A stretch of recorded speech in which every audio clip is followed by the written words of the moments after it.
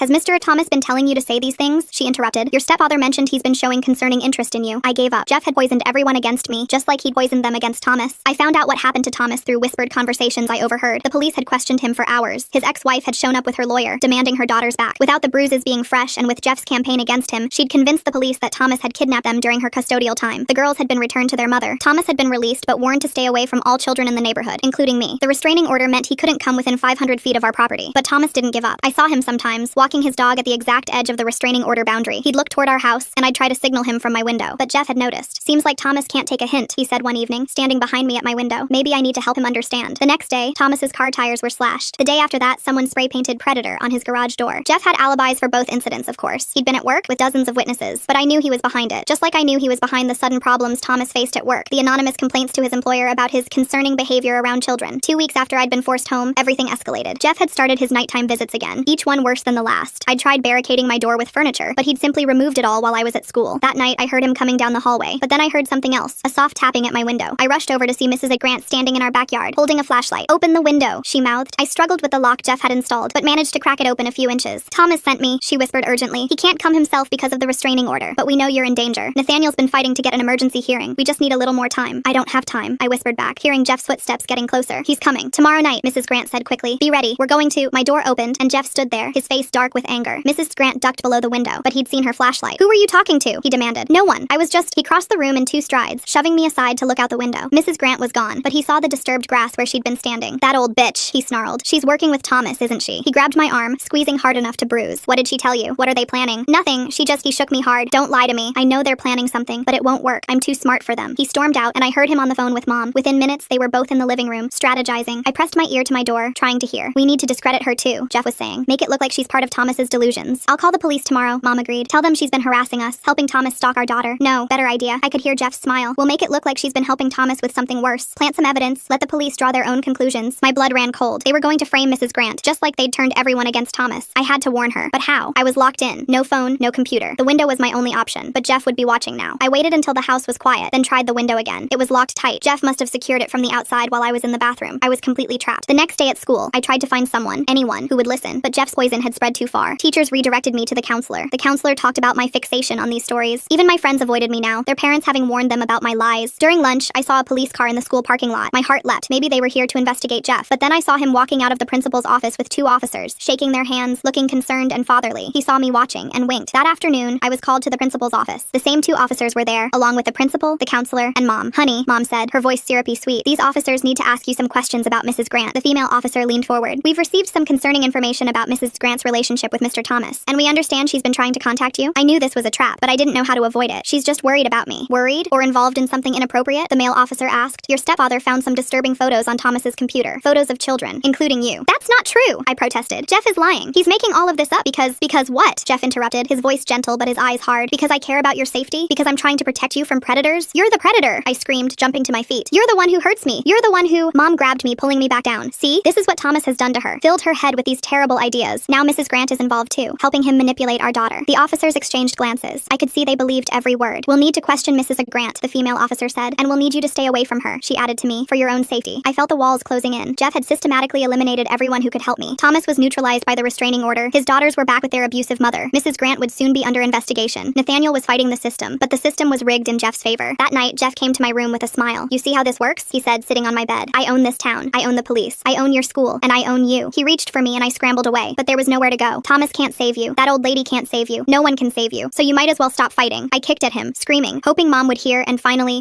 do something, but she never came. Jeff left eventually, leaving me sobbing on the floor. I crawled to my window, desperate for air, for escape, for anything. That's when I saw it, a small piece of paper tucked into the window frame from outside. I managed to work it free with my fingernail. It was from Thomas, his handwriting cramped and urgent. Tomorrow, 3 p.m. Be ready. T. I didn't know what he was planning, but it was my only hope. I tucked the note under my mattress and tried to sleep, counting down the hours until 3 p.m. The next day dragged by. Jeff watched me more closely than ever, as if he sensed something was coming. He'd taken the day off work to keep an eye on things, he said. At 2:45, I heard sirens in the distance. Jeff went to the window, frowning. The sirens got closer, and I saw smoke rising from somewhere in the neighborhood. Fire at the Johnsons, Mom said, looking out another window. Looks bad. Jeff cursed. The Johnsons were 3 houses down, close enough that the fire department would want to evacuate surrounding homes as a precaution. Sure enough, a firefighter knocked on our door minutes later. Ma'am, we need everyone to evacuate while we get this under control. Of course, Mom said, grabbing her purse. Honey, get your shoes. Jeff looked suspicious, but couldn't argue with the fire department. As we filed out of the house, I scanned the the crowd of neighbors gathering on the street. There, Thomas, standing at the very edge of the restraining order boundary, his eyes locked on mine. In the chaos of the evacuation, with firefighters rushing around and neighbors milling about, Jeff's attention was divided. He was trying to watch me while also maintaining his concerned citizen act. I started edging away from my parents, moving toward the cluster of kids from the neighborhood. Jeff noticed and started after me, but a firefighter stopped him to ask about gas lines in our house. This was my chance. I broke into a run, weaving through the crowd. I heard Jeff yelling behind me, Mom screaming my name, but I didn't stop. Thomas saw me coming and started moving too, staying just outside the restraining order boundary but heading for his car. I could hear Jeff crashing through the crowd behind me, shouting for someone to stop me. She's confused, he yelled. She's not safe. Someone stop her. But in the chaos of the fire evacuation, no one paid attention to one running child. I reached the boundary line just as Thomas reached his car. He couldn't cross to help me. That would violate the order and give Jeff everything he needed to have Thomas arrested. Run to Mrs. Grant's house, Thomas shouted. Nathaniel's there with papers. I veered left, sprinting toward Mrs. Grant's house 2 streets over. Behind me, Jeff had given up on getting help and was chasing me himself. He was faster, gaining ground. My lungs burned as I ran, my legs shaking from weeks of being locked in my room. I could hear Jeff's footsteps getting closer, his breathing heavy with rage. Mrs. Grant's house came into view. The front door was open, Nathaniel standing on the porch with another woman in a suit. Hurry, Nathaniel called. I pushed myself harder, but Jeff's hand brushed my back, grabbing for my shirt. I twisted away, stumbling but staying on my feet. Just a few more yards. Got you! Jeff's hand closed on my arm, yanking me backward. But we were in Mrs. Grant's yard now, and the woman in the suit stepped forward. Let her go, Mr. Morrison. I'm Judge Patricia Hawkins from Family Court. I've just signed an emergency protection order. Jeff's grip loosened in shock. What? You can't? I can, and I have, Judge Hawkins said calmly. Based on the evidence Ms. Nathaniel presented, including medical records, photographs, and sworn statements from multiple witnesses, I'm placing this child in emergency protective custody. This is kidnapping, Jeff sputtered. I'll have your job.